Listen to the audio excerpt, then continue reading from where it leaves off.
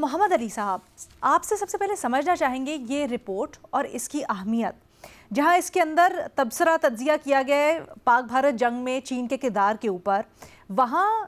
اس طرح سے اس کے اوپر روشنی ڈالی گئی ہے اور پکچر پینٹ کی جا رہی ہے کہ اس تنازع کا فائدہ اٹھایا چین نے اپنی جو دفاعی صلاحیتیں ہیں اس کی تشہیر کے لیے، ان کی آزمائش کے لیے، اور پھر اس کو ایک بڑے تھریٹ کے طور پر پیش کیا گیا ہے۔ کیا سمجھتے ہیں، کیا یہ کنسرننگ ہے پاکستان کے لیے یا پھر یہ ایڈوانٹیج دیتا ہے پاکستان کو؟ بہت شکریہ علینا، بہت اہم اور دلچسپ موضوع کا آج آپ نے انتخاب کیا ہے۔ میں سمجھتا ہوں کہ پہلے تو جو اس طرح کی رپورٹس ہوتی ہیں، میں چونکہ خود بھی یو ایس کانگریس کو بہت سالوں تک کور بھی کرتا رہا ہوں، واشنگٹن میں رہا ہوں، وہاں کے کئی تھنک ٹینکس کے ساتھ میں نے کام کیا ہے، تو میں آپ کو یہ بتاتا ہوں کہ دیکھیں امریکہ کا چونکہ آپ جانتی ہیں کہ ایک اوپن سسٹم ہے جس میں انٹلیکچوئل انپوٹ انالیسز کانگریس کو اور ان کے اراکین کو، حکومت کو ریگولرلی مل رہا ہوتا ہے، اور مختلف رائے ہوتی ہے، ان تھنک ٹینکس کی انپوٹ، ان کی آئیڈیالوجی، ان کا ایجنڈا،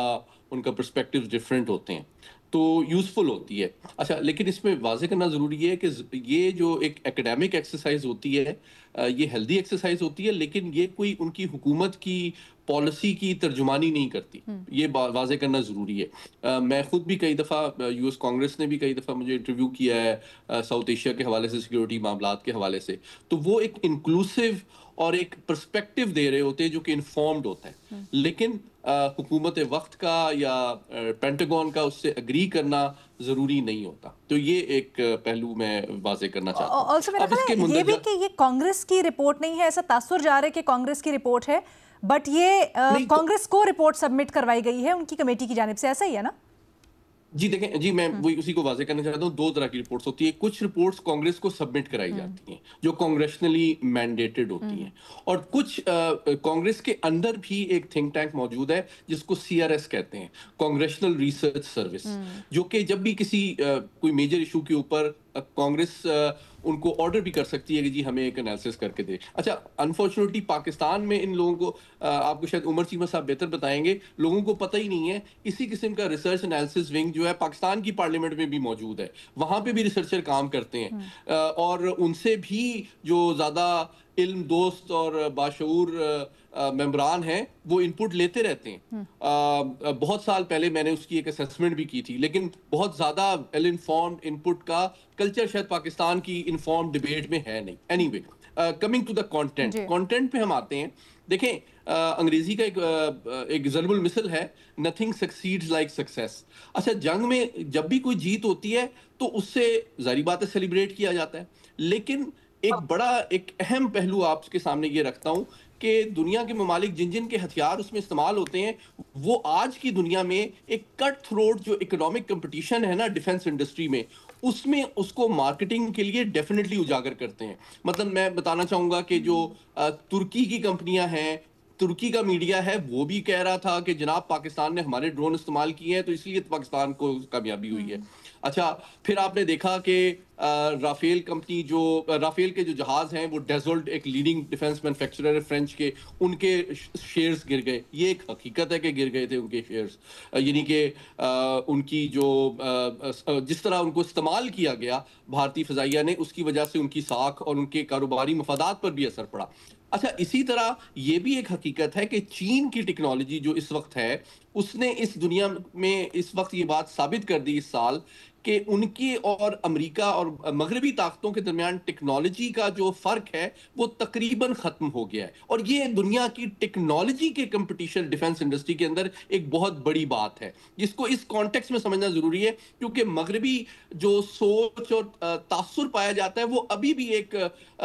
سارٹ آف کمپلیسنسی اور کانفیڈنس کا ہے کہ جی ابھی چین کو ٹائم لگے گا ہم تک کیچ اپ کرنے میں۔ لیکن جب پاکستان نے PL-15 کو یوز کیا، J-10C کو یوز کیا، اور مطلب یورپ کے بہترین جہاز کو، مجھے یوں کہنے دیجئے، رافیل کو جس طرح انہوں نے گرایا اپنی حدود کے اندر بھارت کے اتنی دور کے فاصلے سے، تو اس سے یقینی طور پہ امریکہ کے اندر بھی ایک، میں سمجھوں گا کہ اس کو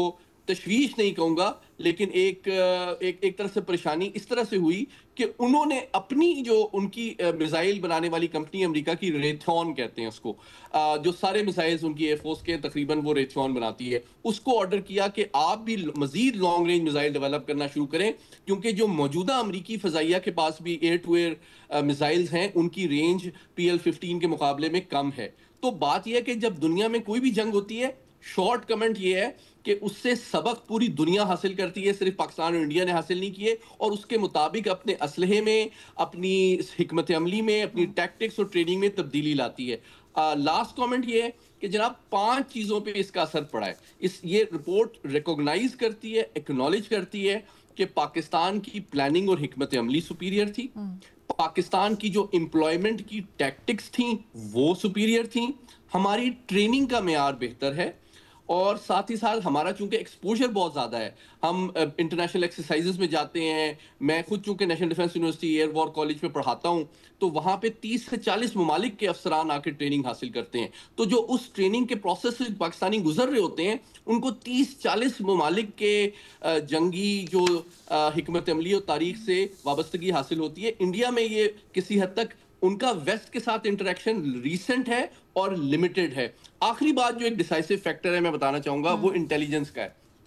اور اس کا اعتراف علینا یہ رپورٹ سے زیادہ میں کہتا ہوں کہ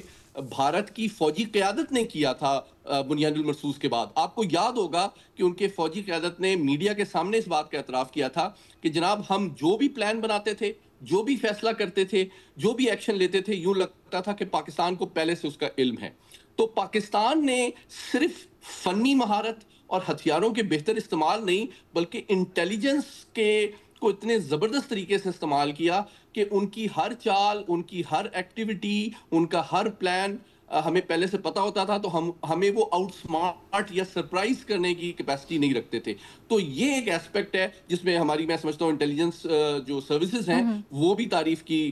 مستحق ہیں۔ صرف ہمارے جو پائلٹس ہیں اور جو جوان ہیں وہ تو ڈیفینیٹلی ڈیزرو کرتے ہیں، اور یہ ایک انٹرنیشنل ایک طرح سے ریکوگنیشن ہے، اور اس کا نقطہ عروج یہ ہے کہ پھر ہمارے فیلڈ مارشل صاحب کو امریکہ میں وائٹ ہاؤس میں طلب کیا گیا، اور ان کو انہوں نے ایک لنچ کیا امریکی صدر کے ساتھ، جو کہ اعتراف ہے، جبکہ آپ دیکھ رہے ہیں کہ بھارتی لیڈرشپ جو ہے وہ تو منہ چھپاتی پھر رہی ہے۔ ان کو بھی بلایا تھا انہوں نے کہا نہیں میں مصروف ہوں، میں نہیں آ سکتا۔